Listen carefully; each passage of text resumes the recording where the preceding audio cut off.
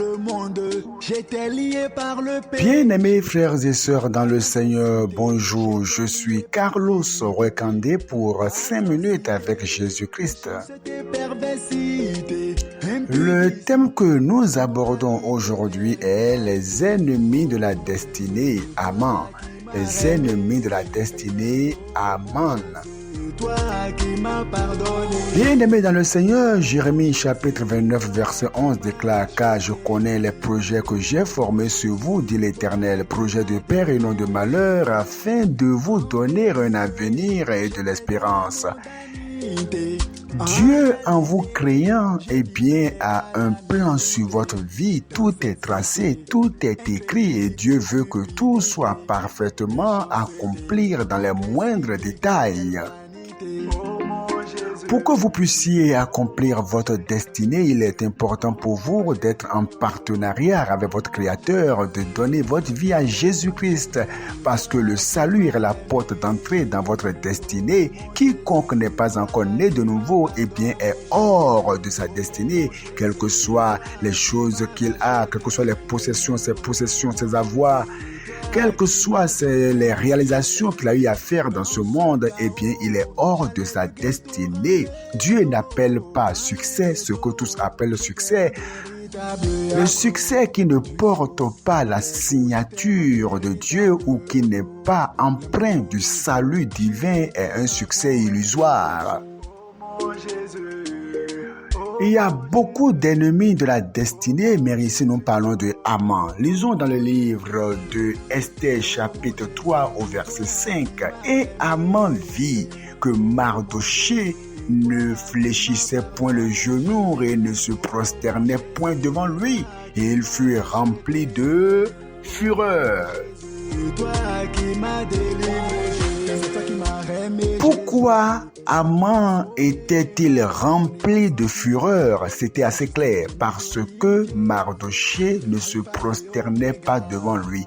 Qui sont donc ces ennemis de la destinée appelés Aman? Ce sont ces personnes-là, ces ennemis qui se soulèvent dès que vous devenez différent.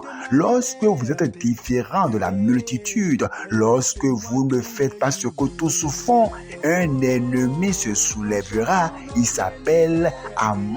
Tous se prosternaient devant Aman, mais Mardochée était différent et ne se prosternait pas. Dès que vous devenez différent dans votre assemblée, vous devenez différent dans votre famille, vous devenez différent dans votre entreprise et que vous ne vous livrez pas à la compromission comme tout le monde, un amant ou des amants se soulèveront contre vous et chercheront à vous détruire. Il y a beaucoup de amants dans les entreprises, des gens qui compromettent, des gens qui font de fausses factures, des gens qui sont dans la corruption et dès que vous refusez de vous prosterner devant ces pratiques, ces personnes vont se soulever contre vous, chercher à vous détruire, à vous ruiner. Et souvent les amants sont très proches du roi, donc ils sont bien positionnés et donc ils vont chercher à vous dénigrer, à mal parler de vous auprès du roi. Il est donc important pour vous de rester en connexion avec le Seigneur pour que Dieu puisse continuer à vous défendre et à ne pas laisser les amants détruire votre vie. Vous devez rester en partenariat avec Dieu, une connexion forte avec Dieu.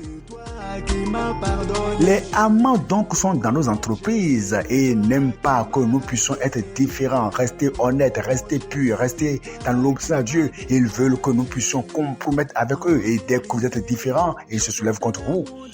Les amants sont dans vos familles. Lorsque vous refusez d'adorer ce que tous adorent, les amants vont se lever contre vous et dire pourquoi il n'adore pas les fétiches comme nous, pourquoi elle va adorer Jésus, jamais. Il faut le ramener, il faut l'abattre, il faut le détruire par tous les moyens parce que c'est un déshonneur pour nous que cet enfant puisse laisser les gris-gris, les fétiches, laisser ceci et aller adorer Jésus-Christ. Alors les amants vont se soulever contre vous et voudront vous détruire, vous ruiner.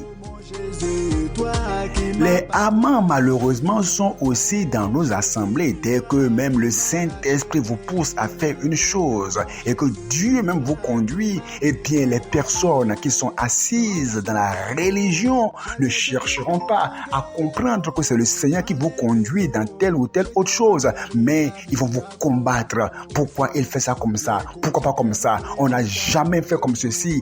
Oubliant que c'est le Seigneur qui vous pousse à faire telle ou telle autre chose. Au lieu de vous appeler, de vous conseiller, ils vont se soulever contre vous, chercher à vous ruiner. C'est dommage que dans nos assemblées aujourd'hui, plusieurs se font des coups bas. Quelqu'un qui se consacre à Dieu, qui a une onction hors pair, on cherchera à le détruire parce qu'il devient une menace contre son honneur. Ah non, puisqu'il est si loin, si je ne le détruis pas, il sera plus considéré. Faites attention aux amants, priez Dieu et restez en connexion constante avec le Seigneur. Les amants sont réels. Que le Seigneur bénisse.